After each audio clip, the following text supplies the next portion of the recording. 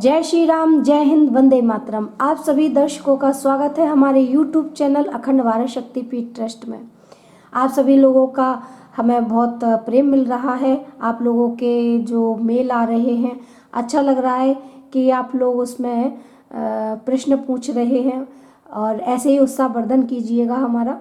अगला वीडियो हमने मनमंत्र पे बनाया है, ये जो आप सुनने जा रहे हैं, क्योंकि कई लोगों के प्रश्न आए कि दीदी जी हमें मनमंत्र के विषय में और काल गणना कैसे हमारे पुरानी पद्धति में होती थी, तो आप इसके विषय में थोड़ा सा प्रकाश डालें। मैंने कहा अवश्य अब इस पर ही मैं वीडियो बनाऊंगी। तो ये जो हमारा आज का वीडियो है ये मनमंत्र के विषय में और काल गणना के विषय में है। तो मनमंत्र क्या होते हैं, हमारी पहले काल गणना कैसे गिनी जाती थी, उसके विषय में इसमें हम प्रकाश डाल रहे हैं। मनवोष्मन्यवतीता षट्कल्पे स्वयंभुवादयः आदस्ते कथितो यत्र देवादीनां च संभवा। इस समय जो है हम जिस मनवंतर में, क्योंकि 6 मनवंतर मनु बीत चुके हैं और हम अभी 7वें मनवंतर में चल रहे हैं, जिसको हम वैवस्त मनु कहते हैं। तो मनु कितने हैं, मनवंतर, इनका अर्थ क्या होता है, इस विषय में हम थोड़ा सा आपको बताते हुए चलेंगे।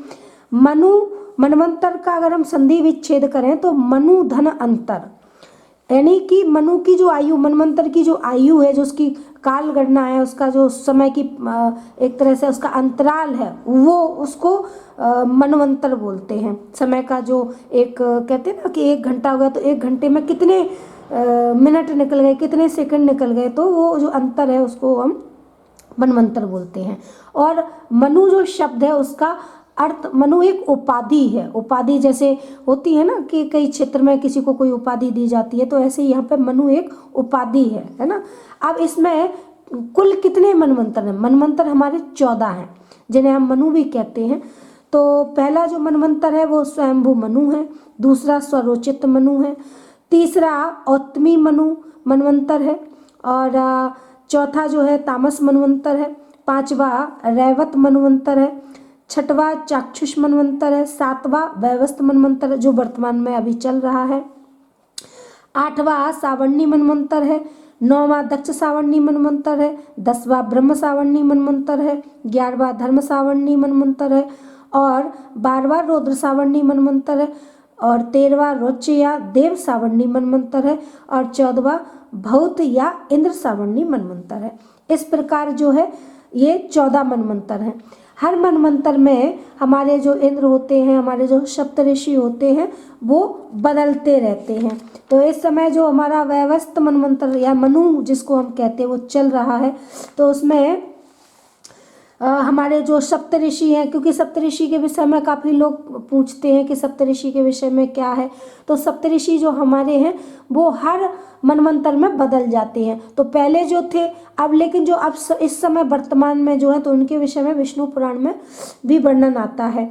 वशिष्ठ काश्यपोत्रिर्जन्दाग्निश्च गौतमः विश्वामित्र भारद्वाजौ सप्त ऋषियो भवन। अर्थात हमारे जो 7 सप्तऋषि हैं वो कौन कौन से, अभी मनवंतर भी 7वां चल रहा है, वैवस्त मनवंतर, और ये हमारे सप्तऋषि जो हैं वो हैं वशिष्ठ और कश्यप। पहले हैं वशिष्ठ, दूसरे हैं कश्यप, तीसरे हैं अत्रि, और चौथे हैं जमदग्नि जी, 5वें हमारे गौतम जी हैं, और 6ठे हमारे विश्वामित्र जी हैं, और 5वें हमारे भारद्वाज, 7वें हमारे भारद्वाज जी हैं।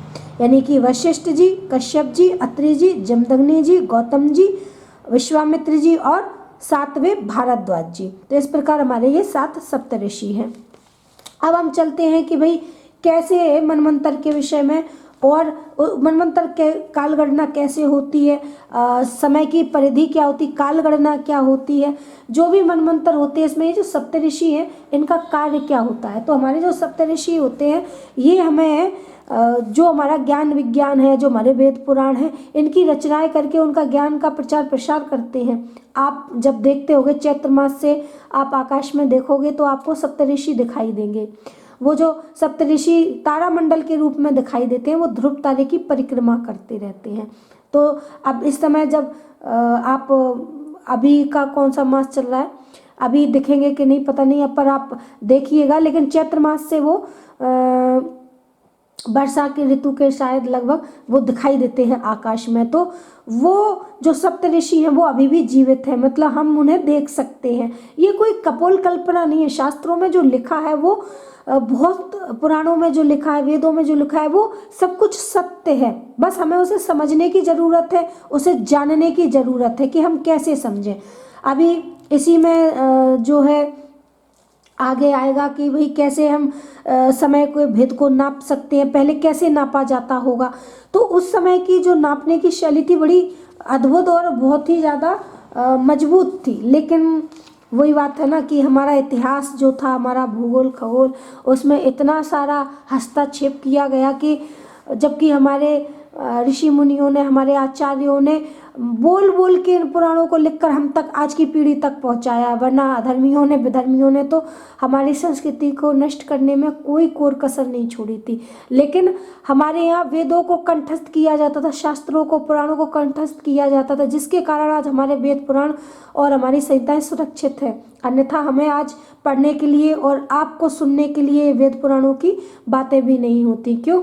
जब आज हमारा सनातन जिंदा क्यों है? क्योंकि हमारा हर कार्य लिखित में चलता था और मुंह जबानी कंठस्थ याद किया जाता था। तो श्रुति के रूप में जो चला है, कहीं कहीं थोड़ा सा जैसे कई विद्वानों में मतभेद भी होता है इन चीज़ों को लेकर के, कि कहीं कुछ लिखा है कम ज़्यादा, तो कहीं कुछ लिखा है। तो उसका कारण है श्रुतियों के कारण ही, क्योंकि कई सौ वर्षों तक हमारा वेद पुराण का ज्ञान जो है सुना सुना के आगे बढ़ाया गया।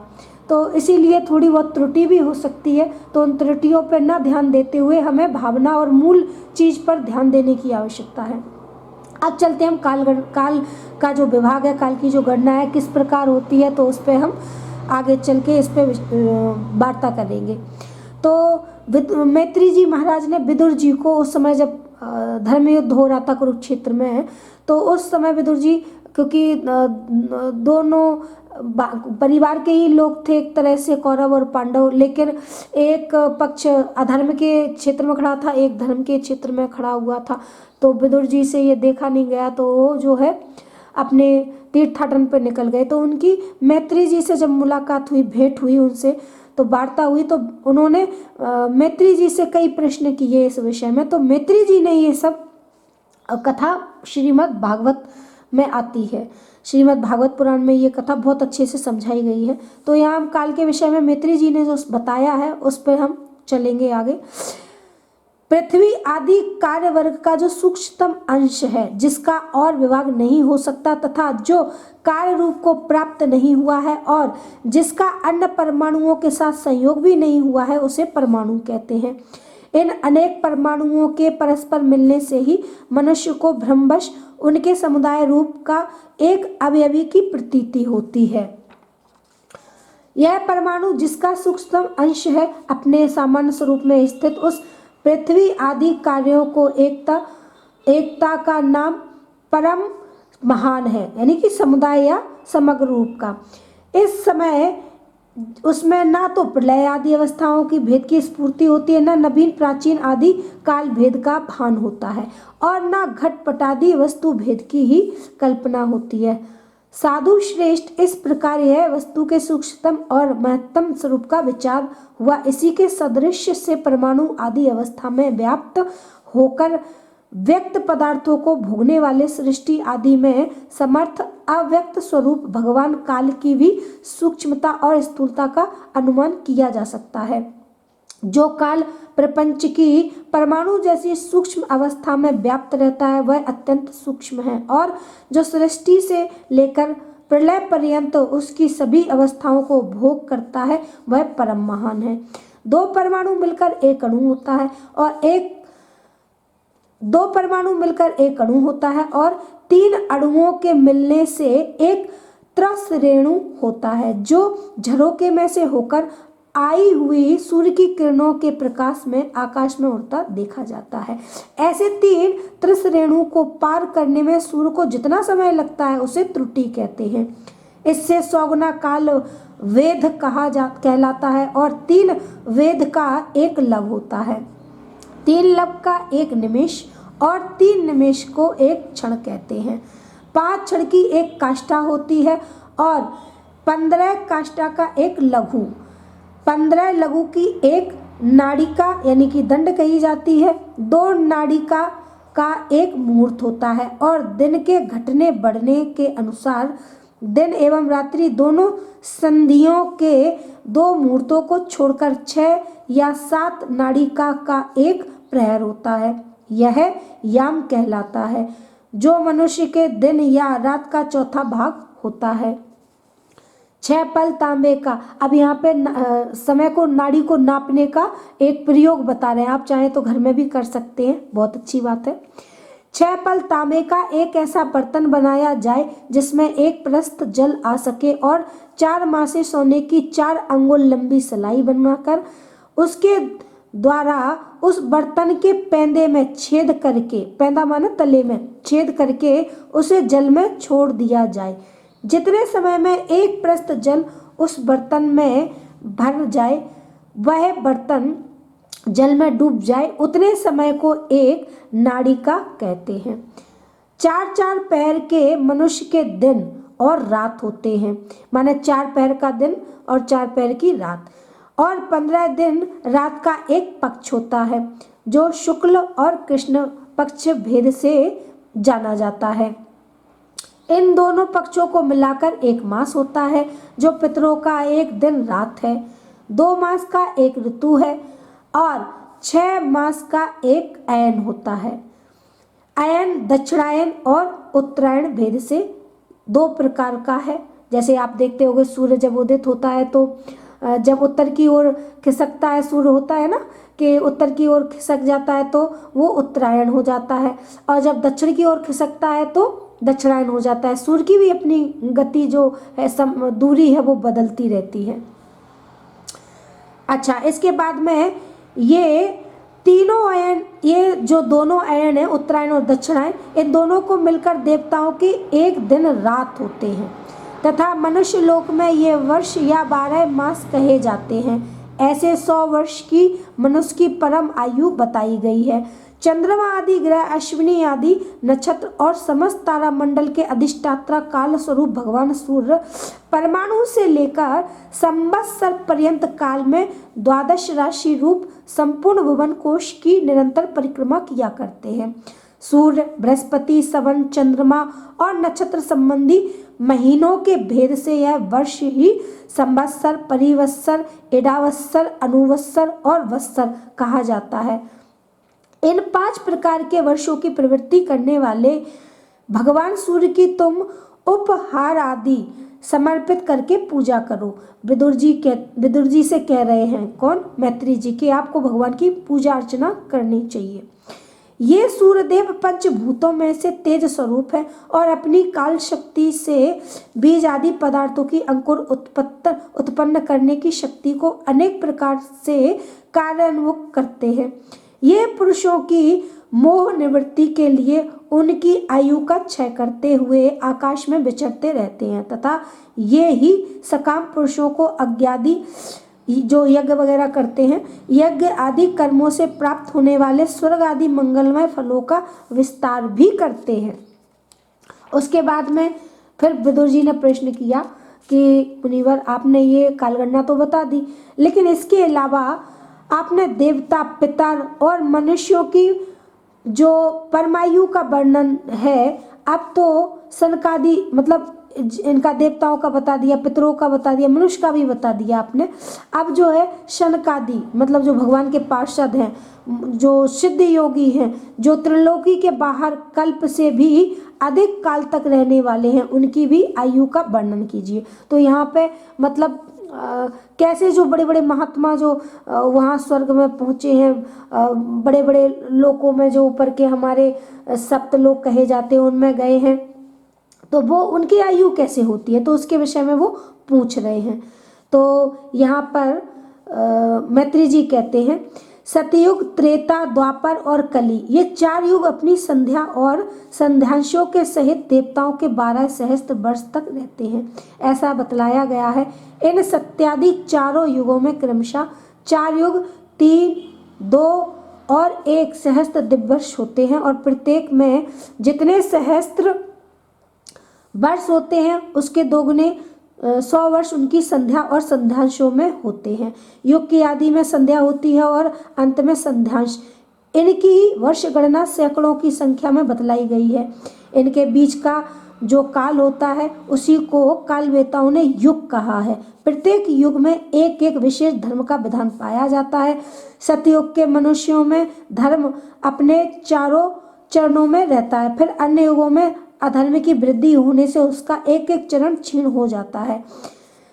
त्रिलोक जो त्रिलोकी है उससे बाहर महरलोक से ब्रह्मलोक पर्यंत यहाँ की एक सहस्त्र चतुर्युगी का एक दिन होता है और इतनी बड़ी ही रात्रि होती है जिसमें जगतकर्ता ब्रह्मा जी शयन करते हैं। उस रात्रि का अंत होने पर उस लोक का कल्प आरंभ होता है।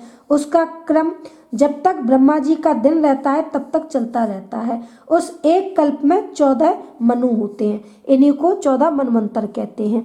प्रत्येक मनवंतर 71 चतुर्युगों से कुछ अधिक काल यानी कि 71 से ही 6/4 चतुर्युगी जो रहते हैं तक अपना अधिकार भोगता है यानी व्यतीत होता है।